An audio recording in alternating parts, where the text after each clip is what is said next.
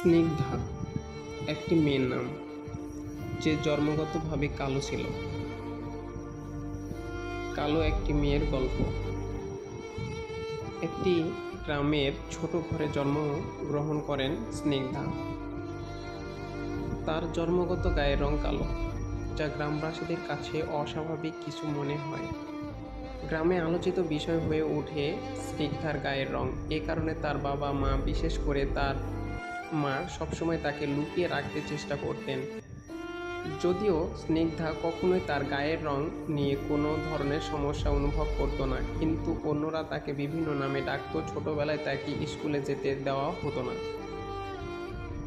অন্যদের দ্বারা অবহেলিত হওয়ার কারণে স্নিগ্ধা স্কুলে পড়াশোনার পিছনে পিছিয়ে পড়েছিল।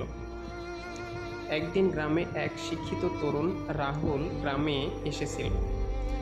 তিনি শিক্ষার প্রসারের জন্য কাজ করতেন। তার চোখে পড়ল স্নিগ্ধা এবং তার পরিবারকে ঘিরে চলমান অযথা আপত্তি। রাহুল স্নিগ্ধাকে স্কুলে ভর্তি করার প্রস্তাব দিলেন। স্নিগ্ধার বাবা মা প্রথমে দ্বিধায় ছিলেন, কিন্তু রাহুলের অনুপ্রেরণায় তারা স্নিগ্ধাকে স্কুলে পাঠানোর সিদ্ধান্ত নিলেন। স্কুলে প্রথম দিন স্নিগ্ধার কিছুটা ভয়ে ভীত ছিলেন, তবে রাহুলের সহায়তায় ধীরে ধীরে তার আত্মবিশ্বাস ফিরে এলো। তার মেধা ও পরিশ্রমের জন্য শিক্ষকেরা তাকে প্রশংসিত করতে শুরু করলেন। অন্যান্য শিক্ষার্থীরাও তার সঙ্গে মিশতে শুরু করলেন এবং স্নিগ্ধা দেখল গায়ের রং তার প্রকৃত মেধার সামর্থ্যকে বাধা দেয় না।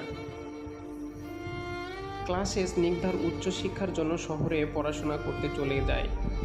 শহরে পড়াশোনার পাশাপাশি শহরের পরিবেশে তাকে কোনো ধরনের বৈষম্যের মুখোমুখি হতে হয়নি। তার প্রতিভা ও দক্ষতা তাকে সম্মান প্রদর্শন করেছে, তাকে সবার সামনে সম্মানিত করেছে। পড়াশোনার পর স্নিগ্ধা একজন সফল চিকিৎসক হয়ে ফিরে আসেন। সেই তার গ্রামে ফিরে এসে স্নিগ্ধা তার গ্রামের মেয়েদের জন্য এক স্কুল প্রতিষ্ঠা করল, যেখানে তাদের বৈষম্য ও অন্যায়ের বিরুদ্ধে লড়াই করার শিক্ষা দেওয়া হয়। তার এই উদ্যোগে গ্রামে একটি নতুন উদ্দীপনা সৃষ্টি হলো এবং স্নিগ্ধা গ্রামে এক নতুন দৃষ্টি স্থাপন করল।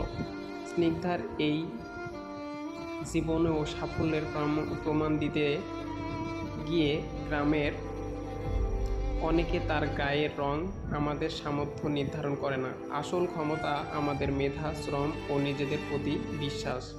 তাই কারো গায়ের রং দেখে অবহেলা না করাই আমাদের উচিত, কারণ প্রত্যেকটা মানুষ ঈশ্বরের সৃষ্টি।